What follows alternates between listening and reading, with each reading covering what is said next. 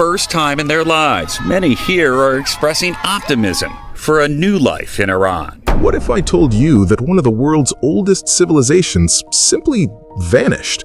Not through war, not through plague, but through a single letter. In 1935, a king decided to erase a name that had echoed through history for over 2,500 years. Persia, the empire that challenged Greece, inspired Alexander, and shaped the ancient world, was suddenly gone, replaced by a word most Westerners had never heard: Iran. But here's what they don't teach you in school. Persia didn't die. It was hidden. And the reasons why will change everything you thought you knew about the Middle East. To understand how Persia became Iran, we need to go back, way back, over 3,000 years ago. Picture a vast plateau, mountains on every side, deserts that stretch for hundreds of miles, ancient trade routes where merchants carried more than silk and spices. They carried ideas, languages, power. This was the Iranian plateau, and into this land came wandering tribes from the north. They spoke languages related to Greek and Latin, not Arabic. In their tongue, Madar meant mother, Pedar meant father, words that still echo in European languages today. Among these tribes, two groups stood out. The Medes settled in the northwest. They were strong, organized, dominant. The Persians settled farther south in a region called Pars. They were smaller, weaker, nobody special. No one could have predicted what would happen next, because from this overlooked tribe would rise a man who would conquer the known world and do it differently than anyone before him. His name was Cyrus. History would call him Cyrus the Great, and he earned that title. Around 550 BC, Cyrus did something no one expected. He defeated the Medes, the dominant power, the empire everyone feared. And he didn't stop there. Within 20 years, Cyrus conquered Babylon. He took over lands stretching from modern-day Turkey to Afghanistan. He built the largest empire the world had ever seen. But here's what made him different. He didn't rule through terror. He didn't burn cities or enslave entire nations. Instead, he did something radical. He showed respect. When Cyrus conquered Babylon, he freed the Jews who had been held captive there for decades. He let them return home. He let them rebuild their temple. To them, he wasn't a conqueror. He was a liberator. He protected local religions. He preserved local customs. He let people keep their languages and their gods. It worked. His empire didn't just survive, it thrived. But empires built on respect face a dangerous question. What happens when respect meets ambition? And ambition was coming from the West. Under Cyrus and his successors, Persia became something the world had never seen, a superpower. His successor, Darius I, expanded the empire even further. Egypt fell, parts of Greece fell. The empire stretched from the Indus River to the Mediterranean Sea. Over 40% of the world's population lived under Persian rule. But size wasn't their greatest achievement. Organization was. The Persians built roads connecting thousands of miles of territory. They created a postal system faster than anything for the next 2,000 years. Messages could travel from one end of the empire to the other in days. They developed a bureaucracy that didn't just collect taxes. It managed cultures, negotiated peace, kept records. Historians call it the world's first superpower, and they're right. But every superpower has enemies, and Persia's greatest enemy was watching from across the Aegean Sea, a young Macedonian king who dreamed of revenge. His name was Alexander, and he was about to change everything, including himself. In 334 BC, Alexander crossed into Asia with an army of 40,000 men. His goal was simple: destroy Persia, avenge Greece. And he did. Battle after battle, the Persian army crumbled. Granicus, Issus, Gaugamela. Within a decade, the mighty Achaemenid Empire, the empire of Cyrus and Darius, collapsed. But here's where the story gets strange. Alexander didn't destroy Persia. He fell in love with it. He wore Persian robes. He married Persian princesses.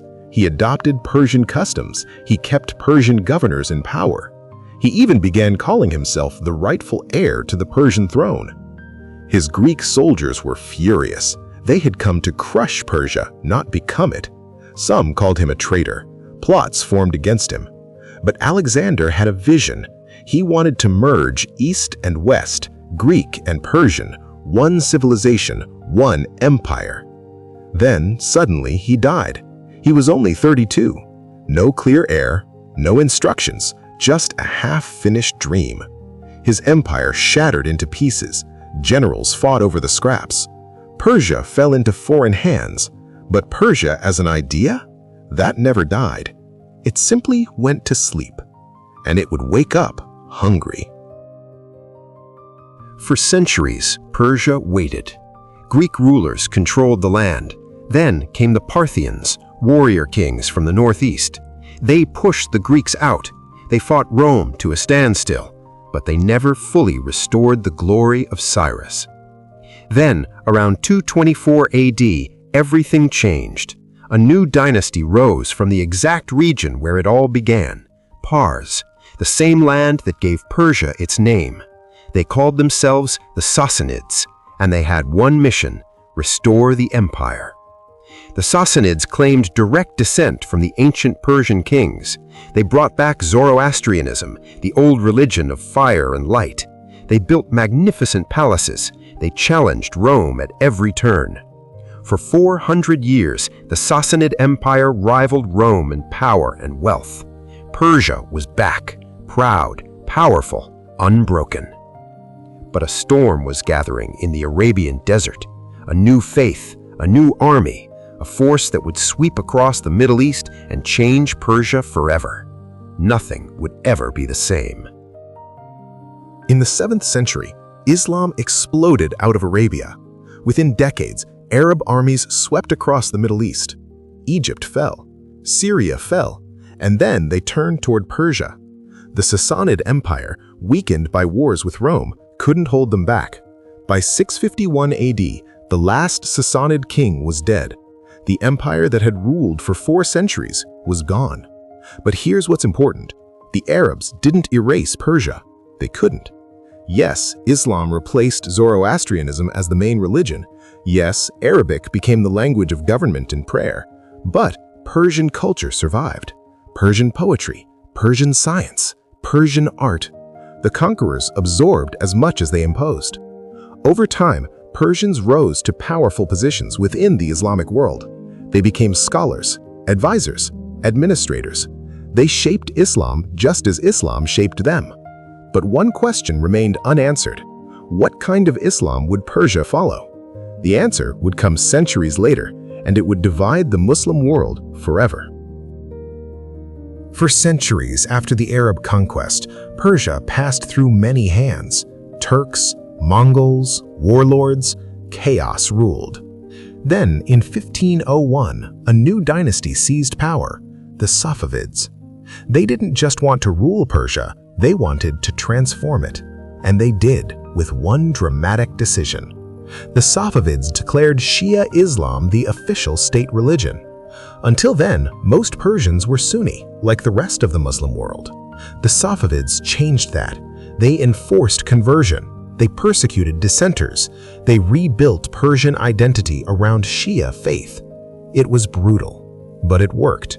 Within generations, Persia became the heartland of Shia Islam. A distinct identity emerged. Persian, Muslim, but different from the Arab world, different from the Ottoman Turks next door. The Safavids also revived Persian culture. Art flourished, architecture soared, poetry filled the courts. The name Iran began appearing more often in official documents. Persia now had a new face, a new faith, a new sense of who it was, but the outside world still called it Persia. That would change in the 20th century through one man's obsession. By the 1930s, Persia was struggling. The country had survived World War I, but barely. Foreign powers, Britain and Russia, had carved it into zones of influence. The old dynasty had crumbled. A new king had seized the throne. His name was Reza Shah Pahlavi. Reza Shah had big dreams. He wanted to modernize, build railroads, educate women, create a strong, independent nation. But he faced a problem. The West saw Persia as weak, exotic, a relic of the past. The name itself carried baggage, images of ancient ruins and oriental mystery. So, Reza Shah made a radical decision. In 1935, he sent letters to every embassy on Earth. From now on, he demanded, call my country by its true name, the name its people had always used, Iran, land of the Aryans. The world was confused. Newspapers asked, where is Iran? What happened to Persia? Inside the country, many were furious. Persia represented glory, Cyrus, Darius, empire. Why abandon that? But the king didn't care. He wanted a fresh start, a new identity for a new century. He got more than he bargained for, because 40 years later, another revolution would transform Iran again and shock the entire world. 1979 Revolution and Modern Iran. In 1979, Iran erupted. The son of Reza Shah, Mohammad Reza Pahlavi, had ruled for decades. He had modernized the country, but he had also crushed dissent. Secret police, torture, corruption. The people had enough. Led by Ayatollah Khomeini, millions took to the streets. The Shah fled. The monarchy collapsed. Iran became an Islamic republic. Overnight, everything changed. Relations with the West shattered. The U.S. embassy was stormed. 52 Americans were held hostage for 444 days. The word Iran now meant something different to Americans. Not ancient poetry, not Persian carpets, but revolution, hostages, conflict. And that divide continues today. As of early 2025, tensions remain high. Sanctions squeeze the economy. Protests flare up. The government cracks down. Nuclear negotiations stall and restart. Meanwhile, something strange has happened. Persia has become romantic again. People speak of Persian food, Persian poetry, Persian history as if it were separate from Iran. Two names, same land, different feelings. But behind both names lies a deeper truth, one that most people still don't understand. So what really happened to Persia? Nothing and everything. The land is the same, the people are the same, the poetry of Rumi, the legacy of Cyrus, the fire temples of Zoroaster, all still there. But names carry power. Persia made the West think of the past. Iran was supposed to mean the future. Instead, it became something else entirely. Today, 90 million people live in Iran. They carry 3,000 years of history in their blood. Conquerors came and went. Names changed, religions shifted.